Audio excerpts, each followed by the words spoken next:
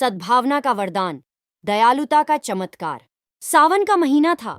आसमान में बादल छाए हुए थे। हवा में ठंडी ठंडी फुहारें चल रही थीं। धरती पर हरियाली छाई हुई थी। पेड़ों पर नए नए पत्ते आ रहे थे। फूलों की खुशबू से वातावरण महक रहा था।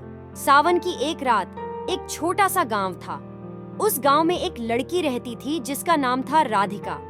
राधिका बहुत ही सुंदर और भोली भाली थी। वह सावन की रातों को बहुत पसंद करती थी। उस रात राधिका अपने घर के बाहर बैठी थी। वह चांदनी में आसमान को देख रही थी। तभी उसे एक आवाज सुनाई दी, राधिका! राधिका चौंक गई। उसने आसपास देखा लेकिन कोई नहीं था। राधिका! फिर से वही आवाज आई।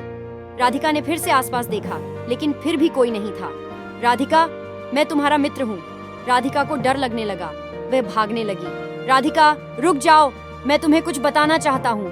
राधिका रुक गई। उसने फिर से आवाज सुनी, राधिका, मैं एक परी हूँ। राधिका को और भी डर लगने लगा।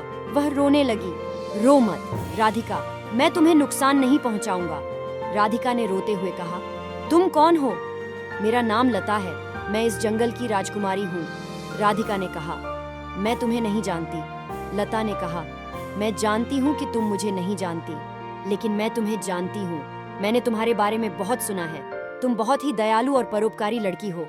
राधिका ने कहा, तुम क्या कहना चाहती हो? लता ने कहा, मैं तुम्हें एक वरदान देना चाहती हूँ। राधिका ने कहा, मुझे कोई वरदान नहीं चाहिए। लता ने कहा, लेकिन यह वरदान बहुत ही खास है।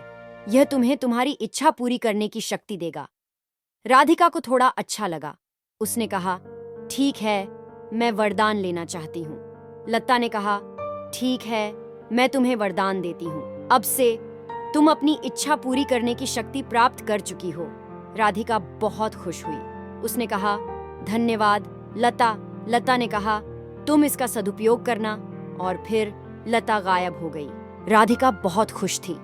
वह अपने घर के अंदर गई और अपने बिस्तर पर लेट गई। उसने अपनी आंखें बंद कर लीं और सोचा, मैं क्या चाहती हूँ? उसने सोचा कि वह बहुत अमीर होना चाहती है।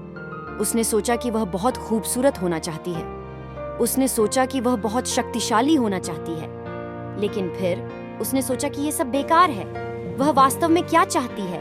उसने सोचा कि वह अपने गांव के लोगों की मदद करना चाहती है। वह चाहती है कि उसके गांव में सब कुछ अच्छा हो। उसने आंखें खोलीं और कहा, मैं चाहती हूँ कि मेरे गांव में सब कुछ अच्छा हो। और फिर एक चमत्कार हुआ।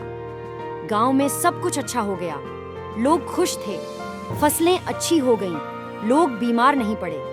राधिका बहुत खुश थी। उसने अपने वरदान का उपयोग गांव के लोगों की मदद करने के लिए किया। वह एक महान राजकुमारी बन गई और वह हमेशा अपने गांव के लोगों की मदद करती रही।